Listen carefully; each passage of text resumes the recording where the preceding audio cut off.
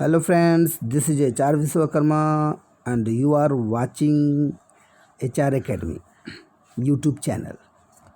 और आज के टॉपिक में हम लोग डिस्कस करने वाले हैं महासागरीय तरंग और धाराएं। बोले तो ओशियन वेव्स एंड स्ट्रीम्स। अगर महासागरीय तरंगों के बारे में चर्चा करें तो आप देख सकते हो यह सागरीय जल में दोलनीय गति है। कौन गति है? दोलनीय, जिसमें जलीय कण ऊर्ध्वाधर रूप में संचलन करते हैं।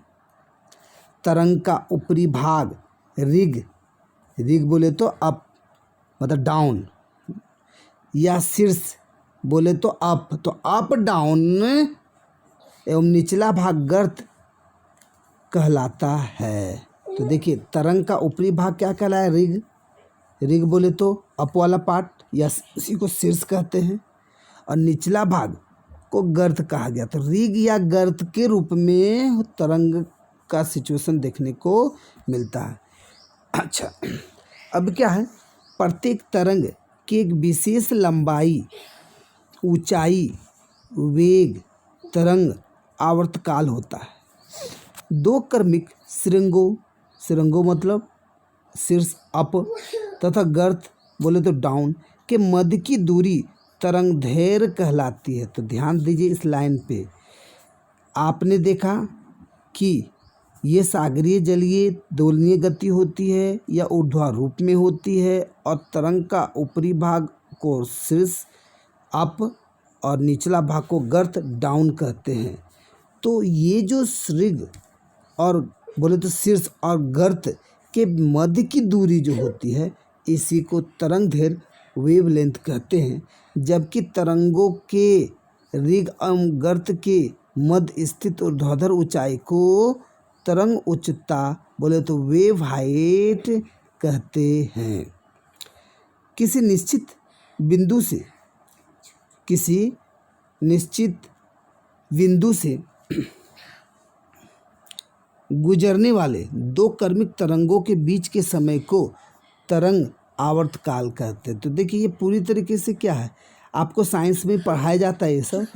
वो अगर आप जान रहे हैं तो ये इसके बारे में समझना और भी आप लोगों के लिए आसान होगा कि आवर्त क्या है, आवर्तकाल क्या है, तरंग क्या है, तरंगदैर्घ्य क्या है। संचलन करते हुए तरंग का वेग तरंगदैर्घ्य और तरंग के आवर्तकाल का अनुपात होता है। ध्यान दीजिए क्या बोल रहा है?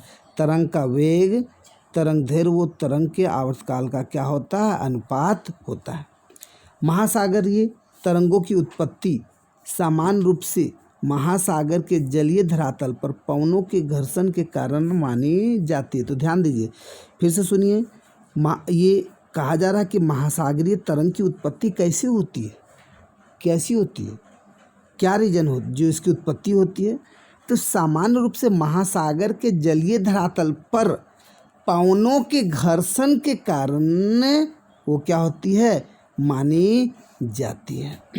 और आप देखोगे कि नीचे जो कुछ पिक्चर दिया गया है, इस पिक्चर में आपको यहाँ पर देखने को मिल रहा है शीर्ष ऊपरी सतह, निचला सतह गर्त दिख रहा है या नहीं, और फिर ऊपर हो गया शीर्ष।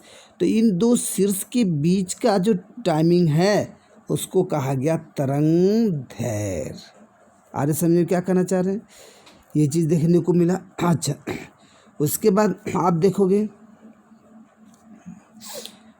आप देख सकते हो कि कहा जा रहा है कि तरंगों की ऊंचाई पर पवन वेग, उसके प्रवाहित होने की अवधि तथा सागर के जलीय धरातल के विस्तार का प्रभाव रहता। तो देखिए तरंग जो होती है कि उसकी ऊंचाई पर क्या होता है? पवन। अभी आपने देखा कि पवनों का क्या होता है? घर्षण होता है। तो पवन वेग उसके प्रवाहित होने की जो अवधि होती है, सागर के जलीय धरातल के विस्तार का प्रभाव रहता है। और सागरीय जल की गहराई अधिक होने पर, तो सागरीय जल की गहराई अधिक होने पर उच्च तरंगों का निर्माण होता है। जिनका वेग अपेक्षाकृत अधिक देखा जाता है। जब तरंगों की श्रृंखला तटवर्ती भागों में पहुंचती है तो उसे उथले जल क्षेत्र से गुजरना पड़ता है। तो क्या कहा जाए, गुजरना पड़ता है, और जिससे ये तरंगे क्रमशः दीर्घवृत्तीय होती जाती है। क्यों? क्योंकि उनकी प्रगति में बाधा उत्पन्न होती है। ठीक है, इसको फिर से सुने, तब समझ में आएगा आपको क्लियरली। बोला जा रहा है, यहाँ से यहाँ तक का लाइन पर फोकस कीजिए। जब तरंगों की श्रृंखला तटवर्ती भागों में पहुँचती है, किनारे में, तो उसे उथले जल क्षेत्र से गुजरना पड़ता है, जिससे ये तरंगे क्रमशः दीर्घवृत्तीय एलिप्टिकल होती जाती है। क्यों होती जाती है? क्योंकि उनकी प्रगति में बाधा उत्पन्न होती है। तो देखिए, आपका यहाँ पर सवाल मेनली क्या है कि जब तरंग तटवर्ती भागों में पहुँचती है तो किस जल क्षेत्र से गुजरना पड़ता है? उथले जल क्षेत्र से। और ये तरंगे क्रमशः क्या हो जाती है? दीर्घवृत्तीय एलिप्टिकल हो जाती है, और क्योंकि उनकी प्रगति में बाधा उत्पन्न होती है। उथले तट के पास उसके रिग की ऊंचाई अचानक बढ़ती है तथा उसका अग्रढाल तीव्र हो जाता है। एक क्रांतिक बिंदु पर आकार तरंग रूप खंडित होकर विक्षुब्ध जल समूह में बदल जाता है, जिसे क्या कहते हैं? सर्फ ब्रेकर श्वास कहते हैं। तट से जिस दूरी पर तरंगों के रिग टूटते हैं तथा सर्फ के रूप में बदलते हैं, उस दूरी से यदि तट के समांतर रेखा खींची जाए तो उसे प्रतोरण रेखा कहते हैं। विक्षुब्ध जल का तट की ओर संचालित भाग जल ऊर्ध्वाधर तथा समुद्र की ओर वापस लौटने वाला पश्चधावन, जिसको बैकवाश कहते हैं। सर्फ द्वारा ही तटीय भाग में काट छाट होते हैं।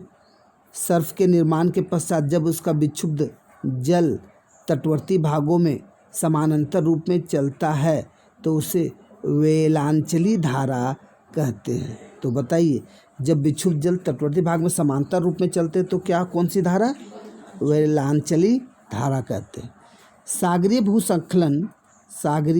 भूस्खलन एवं हिमस्खलन के कारण भी समुद्री तरंगे उत्पन्न होती है। तो समुद्री उत्पन्न होने का रीजन और भी क्या बताया गया है ना, और भी पहले आपने पढ़ा, और यहाँ भी देखने को मिला सागरीय भूस्खलन, हिमस्खलन, सागरीय भूकंपीय गतिविधियों के कारण उत्पन्न होने वाली सुनामी तरंगे अत्यधिक विनाशकारी होते हैं। तो ये पूरी तरीके से आपने किस पर फोकस किया? महासागरीय तरंगों के बारे में। अब फोकस करेंगे महासागरीय धाराएं। अब महासागरीय धारा में फोकस कीजिए कि आपने महासागरीय धारा में क्या फोकस किया। ये दोलनीय गति है, ये उदार रूप में होती है, रिग या गर्त के रूप में होती है, किया आपने ये। अब आइए महासागरीय धाराओं पर फोकस कीजिए। एक निश्चित दिशा में महासागरीय जल के प्रवाहित होने की सामान्य गति को महासागरीय धारा कहते। तो मतलब क्या होता है, ये एक निश्चित दिशा में देखने को मिल रहा है। कोरियोलिस बल, शायद आपने पढ़ा भी होगा, नहीं तो आप सुन ले, के प्रभाव से उत्तरी गोलार्ध की धाराएं अपनी दाहिनी ओर और दक्षिणी गोलार्ध की धाराएं अपनी बाईं ओर प्रवाहित होती। तो इसी प्रवाहित वाले सिचुएशन को कोरियोलिस बल के अंतर्गत रखा जाता है। तो याद रखें, कभी भी सुनने को मिले कोरियोलिस बल, तो कोरियोलिस बल ही बोले तो उत्तरी गोलार्ध में धाराएं किधर बहेंगी? दाईं ओर। दक्षिण गोलार्ध में किधर बहेंगी? बाईं ओर।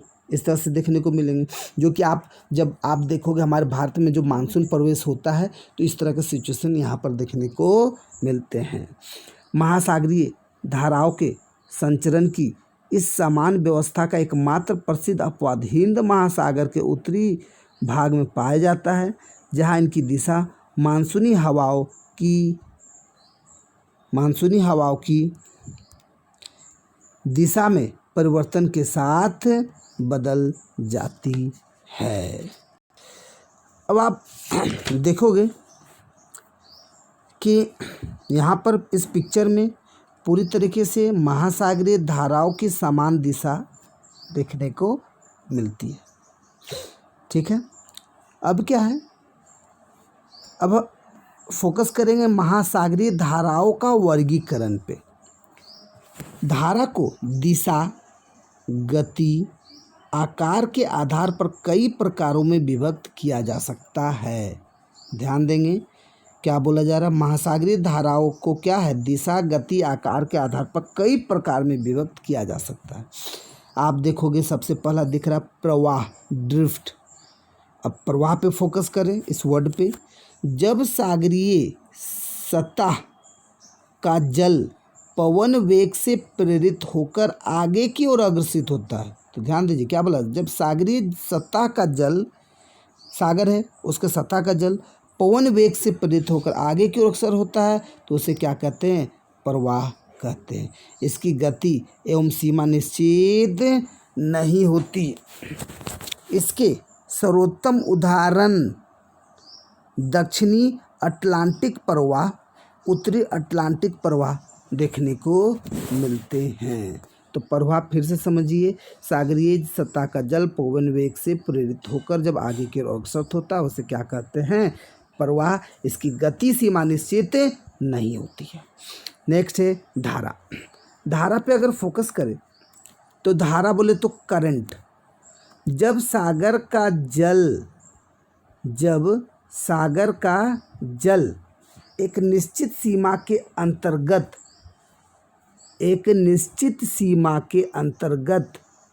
निश्चित दिशा की ओर तीव्र गति से अग्रसर होता है तो उसे क्या कहते हैं, धारा। तो देखिए छोटी छोटी बातें हैं, उसको बार बार थोड़े से रिवीजन करने होंगे, समझने होंगे। ठीक है, जैसे कि अभी आपने ऊपर देखा क्या, प्रवाह को फोकस किया, तो यहाँ पर क्या था, सागरीय सतह का जल पवन वेग से प्रेरित हो और आगे बढ़े तो प्रवाह। लेकिन धारा पर क्या देखा, जब सागर का जल, यहाँ पर सागरीय सतह का जल नहीं बोला जा रहा, सागर का जल एक निश्चित सीमा के अंतर्गत निश्चित दिशा की ओर तीव्र गति से अग्रसर होता है। ध्यान दीजिए, प्रवाह में कहा गया इसकी गति और सीमा निश्चित नहीं होती है, मतलब कम अधिक हो सकते, लेकिन धारा में ये तीव्र गति से ही अग्रसर होते हैं, उसे धारा कहते हैं। इसकी गति प्रवाह से अधिक होती है। इसका मतलब धारा जो है प्रवाह से अधिक देखने को मिलेगा। नेक्स्ट है विशाल धारा। विशाल धारा को ही स्ट्रीम कहते हैं। तो जब सागर का अत्यधिक जल धरातलीय नदियों के समान एक निश्चित दिशा में गतिशील होता है तो उसे विशाल धारा कहते हैं। इसकी गति सर्वाधिक होती है। गल्फ स्ट्रीम इसका प्रमुख उदाहरण है। तो देखिए प्रवाह से ज़्यादा गति किसका, धारा का। धारा से ज़्यादा गति किसका, विशाल धारा का। ये चीज़ देखने को मिला। और कहा जा रहा है कि तापमान के आधार पर महासागरीय धाराओं को दो वर्गों में बांटा जा सकता है। एक हो गया गर्म, एक हो गया ठंडी धारा। विषुवत रेखा से ध्रुवों की ओर प्रवाहित होने वाली धाराएं, तो जाहिर सी बात है, अगर आप देखोगे कि अगर मान लिया जाए हमारी पृथ्वी, और पृथ्वी की अगर बात करें तो क्या बीचों बीच विषुवत रेखा है या नहीं, जिसको इक्वेटर लाइन कहते हैं। और ये ऊपर का पार्ट हो गया उत्तरी ध्रुव, ये हो गया दक्षिण ध्रुव। तो कहा जा रहा विषुवत रेखा से ध्रुवों की ओर, वो चाहे उत्तरी ध्रुव की ओर हो, ये चाहे उत्तरी ध्रुव की ओर हो या दक्षिणी ध्रुव की ओर हो, बात समझिए।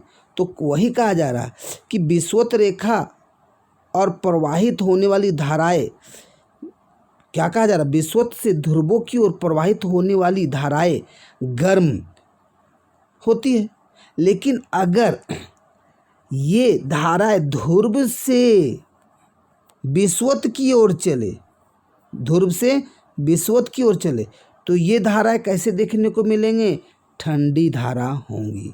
जाहिर सी बात है, विषुवत रेखा वाला इलाका अगर देखोगे तो पूरी तरीके से गर्म होती है। यहाँ से कोई भी धाराएं बहे, चाहे उत्तरी ध्रुव की ओर हो चाहे दक्षिणी ध्रुव की ओर हो, वो तो गर्म ही होगी। लेकिन ध्रुव वाला इलाका कैसा होता है? ठंड होता है। यहाँ से कोई भी धारा बहे तो कहाँ बहेंगे? विषुवत की ओर बहेंगे, तो वो कैसी होंगी? ठंडी देखने को मिलती है।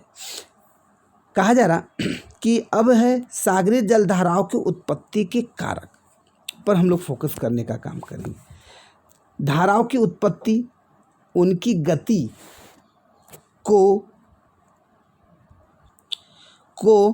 प्रभावित करने के लिए निम्न कारकों को उत्तरदायी माना गया है।